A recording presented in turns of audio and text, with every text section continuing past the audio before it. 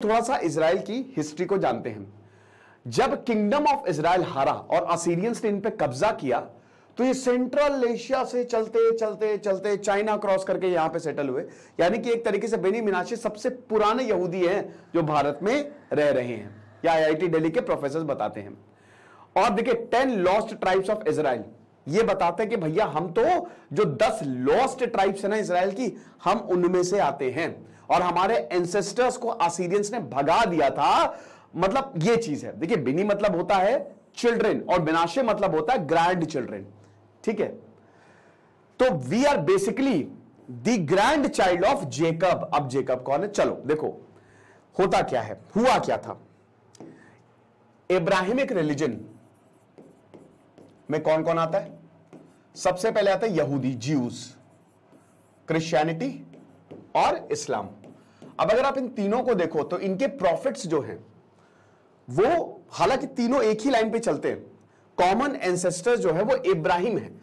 इस्लाम में इनको इब्राहिम बोला जाता है, खाली नाम बदल जाता है, सुलेमान हो जाता है, मतलब जो सोलोमोन है वो सुलेमान हो जाते हैं, ठीक है ना। डेविड दाऊद हो जाते हैं, तो मैंने कई बार आपको बताया भी है। तो ये इब्राहिम हो जाते हैं, ठीक है, किसमें? इस्लाम में। और पैगंबर भी अलग अलग। देखिए अब जैसे अगर मैं सही हूं तो यहूदी 48 पैगंबर को मानते हैं, क्रिश्चियनिटी इस्लाम 65 को मानती है, तो अब थोड़ा सा चेक कर लीजिएगा। लेकिन प्रॉफिट मोहम्मद इस्लाम कहता है कि वो लास्ट पैगंबर थे, ठीक है। अब यहां पे क्या हुआ कि जो इब्राहिम है, इब्राहिम देखिए इससे पहले भी पैगंबर है, इब्राहिम से पहले भी है, लेकिन इब्राहिम का महत्व सबसे ज्यादा है। सीधा भगवान से, हजरत इब्राहिम सीधा भगवान से कनेक्शन था इनका, ठीक है। प्रॉफिट और मैसेंजर्स में अलग होता है। और देखिए क्या होता है कि भगवान आपको बातें बताता है एंजल के फॉर्म में। एक एंजल आएगा जिसको गेब्रियल क्रिश्चियनिटी है यहूदी में, और जिब्राइल जो है वो इस्लाम में बोलते हैं। प्रॉफिट मोहम्मद को भी जिब्राइल नाम के फरिश्ते ने बातें बताई थी, ठीक है, भगवान की बातें बताई थी जब उनको ज्ञान हुआ था एकदम से। तो ऐसे ही इब्राहिम को भी ज्ञान हुआ, तो बहुत ज्यादा भक्ति में थे ये। और इब्राहिम ने ही मूर्ति पूजा को हटा दिया था, मतलब मूर्ति पूजा को एकदम खत्म कर दिया था कि कहीं पे भी मूर्ति पूजा जो है वो नहीं होगी। ओके, तो इसीलिए अब जैसे 50% आधे रिलीजन जो है जो भारत में ओरिजिनेट हुए वो नॉन इब्राहिमिक है, ठीक है, जिसमें सिखिज्म आता है, आपका बुद्धिज्म आता है, हिंदुइज्म आता है, जैनिज्म आता है ना, और बाकी इब्राहिम, जो इसमें 3 प्रमुख। हालांकि सबसे इससे पहले भी ज़ोरास्ट्रियनिज्म ये और पुराना है, ठीक है, बहुत पुराना है ये। खैर हम उसमें इतना नहीं जाएंगे, लेक्चर ही अलग हो जाएगा। धर्मों के इतिहास पे एक लेक्चर लिया है, लेकिन मैं सोच रहा हूं फिर से लूं। तो ये इब्राहिम जो है बहुत भगवान की बात। तो एक बार क्या हुआ, इनके 2 बेटे थे, इस्माइल और इसाक। ध्यान दीजिएगा, मैं एक नई स्लाइड ले लेता हूं, है ना। कौन सी स्लाइड? यही ब्लैंक ले लेता हूं, ठीक है।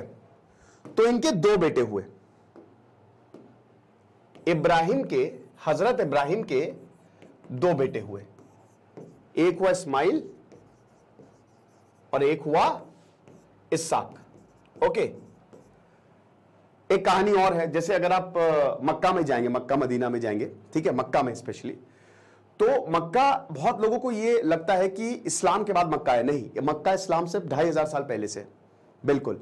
और उसकी स्थापना इब्राहिम ने की थी।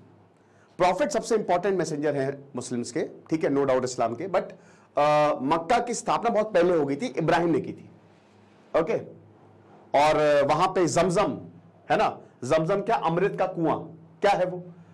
कहते हैं कि जब इब्राहिम के ये बड़े बेटे थे, छोटे बेटे थे, ठीक है, इस्माइल को बहुत तेज प्यास लगी, ठीक है। अब इब्राहिम को बड़ी, मतलब पानी पीने को नहीं, क्या करे, बड़ी मुश्किल। तो फिर वही ये हुआ कि 2 पहाड़ियां थी उस समय, समा और मरवा, अगर मैं सही हूं तो, ठीक है। तो वो 2 पहाड़ियां थी, और आज भी उन 2 पहाड़ियों की, जब आप मक्के जाते हैं ना, मतलब अब तो खैर पूरा पैसेज बना दिया यहाँ पे सऊदी अरब ने, तो उनकी 7 बार परिक्रमा की जाती है, ठीक है, 4 जाते वक्त, 3 आते वक्त, तभी वो पूर्ण होता है जो, जिनको हम कहते हैं मक्का की। तो अब यहां पे बड़ी तेज प्यास लगी, कहां से पानी? पहाड़ों पे पानी ढूंढा है, नहीं मिला। तो बोलते हैं कि फिर यहां पे जब जिब्राइल आए, और ऐसा 2 कहानियां हैं। एक तो ये है कि जब इस्माइल का कदम पड़ा तो वहां से पानी आने लगा, और एक कहानी यह है कि जब इब्राहिम ने ऐसे टांग पटकी तो फिर पानी आने लगा। वही कुएं, उसी कुएं को वहां पे जमजम बोला जाता है। जो मेन काबा है ना, लगभग 30-40 मीटर की दूरी पे है जमजम, ठीक है। और काबा के अंदर भी मतलब समझिए कि सबसे इंपॉर्टेंट जगह है वो, सबसे इंपॉर्टेंट जगह। अंदर एक पत्थर है, सबसे धार्मिक पत्थर, ठीक है। वो अब बहुत कुछ है, ठीक है। तो ये सारी चीजें हैं। तो अब यहां पे जो इस्माइल और इसहाक हैं, ये दो बेटे। इब्राहिम को एक बार जैसे क्या होता था कि पहले के जमाने में सपना अगर आपको आ रहा है, स्पेशली भगवान का, आज में भी होता है, तो भगवान आपसे कुछ कहना चाह रहे हैं।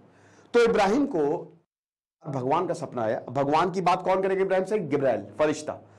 तो सपना ये आया कि तुम जो है अपने बेटे, देखिए इस्लाम में इस्माइल है और बाकी जगह इसहाक, क्रिश्चियनिटी और यहूदी में। हालांकि यहूदी कहते हैं ये कहानी जो है सिंबॉलिक ज्यादा है, अभी मैं आपको बताऊंगा। कहानी ये है कि तुम अपने बेटे को कुर्बान कर दो। भगवान परीक्षा ले रहे थे, क्योंकि भगवान की बातें वो बिल्कुल नहीं टाल सकते थे। तो कहते हैं ना, भगवान अपने भक्त की परीक्षा लेता है कि देखते हैं हमसे कितना प्यार करता है। तो सबसे प्रिय चीज, कह रहे उन्होंने अपने बेटे को नहीं बोला, लेकिन बोला कि तुम सबसे ज्यादा जिससे प्यार करते हो उसको कुर्बान कर दो। तो इब्राहिम अपने बच्चे से सबसे ज्यादा प्यार करते थे, ठीक है। तो अब यहां पे जैसे ही देखिए, मैंने क्या बताया कि इस्लाम में ना कहानी थोड़ी सी बदलती है ना, और यहूदी और क्रिश्चियनिटी में कहानी बदलती है। तो हम अभी तीनों वर्जन तो नहीं देखेंगे, लेकिन क्योंकि फिर लेक्चर बहुत लंबा हो जाएगा और हम उसी में उलझ जाएंगे। लेकिन हम मूल मुद्दा यह है कि इब्राहिम सबसे प्रिय चीज, उनके बच्चे थे। अब वहां इस्माइल है इस्लाम में, इसहाक है जो है वो क्रिश्चियनिटी में। तो बेसिकली अपने बच्चे को कुर्बान करो, यह इब्राहिम को मन में आया। तो जैसे ही इब्राहिम कुर्बानी देने जा रहे थे, वैसे ही भगवान ने रोक लिया कि नहीं नहीं, हम तुम्हारी परीक्षा ले रहे थे, ठीक है। यह चीज है इस्लाम में है कि इस्माइल को कुर्बान करने जा रहे थे, बट और इस्माइल भी रेडी हो गए, हंसी खुशी राजी हो गए, क्योंकि भगवान का संदेश था, मतलब एंजल का संदेश था, अल्लाह का संदेश था। तो खुशी हो गए, खुश। लेकिन उस समय तलवार नहीं कटी या एंड टाइम पे रोक दिया गया, तो ये था। तो वहां से ही जो हम कहते हैं ना बकरीद, फिर उसके बाद बेटे को ना कुर्बानी करके वो मतलब उन्होंने बकरे की कुर्बानी दी। लेकिन अब वही है ना कि जैसे उस समय की बात है, लेकिन आज भाई अपने सबसे प्रिय चीज की कुर्बानी दो ना। मेन तो मुद्दा ये है, आईफोन की कुर्बानी दे दो या जो भी सबसे ज्यादा तुमको प्रिय है। बट एनीवे, तो बकरीद उसी सेंस में मनाई जाती है। ओके, अब क्या हुआ कि इसहाक के जो बेटे थे वो थे जेकब। और ध्यान दीजिएगा, यही जेकब, इनका दूसरा नाम था इजराइल, ठीक है। अच्छा, यहूदी मानते हैं, यहूदी की जो फिलॉसफी है वो काफी ज्यादा, अगर आप देखो ना तो खुलेपन को, यानी कि कैपिटलिज्म को, मतलब इसीलिए उनके पास पूरा पैसा भी है। तो यहां पे यहूदी बोलते हैं सिंबॉलिक है, मतलब ये एक्चुअल में ऐसा नहीं हुआ था। जैसे ये आपको बताने के लिए कि धर्म के रास्ते पे उसको कुर्बान कर दो, बेसिकली ये था, ठीक है। तो ये चीज है। तो अब यहां पे जेकब का नाम पड़ा इजराइल, दूसरा नाम था। और जेकब के 12 बच्चे हुए, और यही 12 बच्चों ने बाद में 12 ट्राइब्स बनाई। और यही 12 ट्राइब्स में से एक थे याहवे, सॉरी याहवे कह रहा हूं, मतलब हाँ याहवे तो सही है, बिल्कुल ठीक है, यानी कि जुड़ा।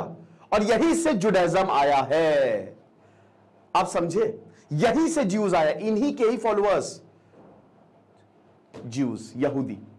यानी कि इब्राहिम के बेटे कौन? इस्माइल और इसहाक के बेटे जेकब, जिनका नाम इजराइल था। इनके 12 बेटों ने, 12 बच्चों ने ट्राइब्स बनाई, और उन्हीं में से सबसे इंपॉर्टेंट ट्राइब जो बनी जुडाइज्म। तोरा की पूजा करते हैं ना भाई, ओल्ड टेस्टामेंट में लगभग 25 किताबें हैं। शुरुआत की 5 किताबों को तोरा बोला जाता है, जो कि किसने लिखी है? मूसा ने, मोजेस। बहुत important. Gods and Kings, exodus दूसरी किताब, ओहो हो शानदार, मैंने तो पढ़ी है।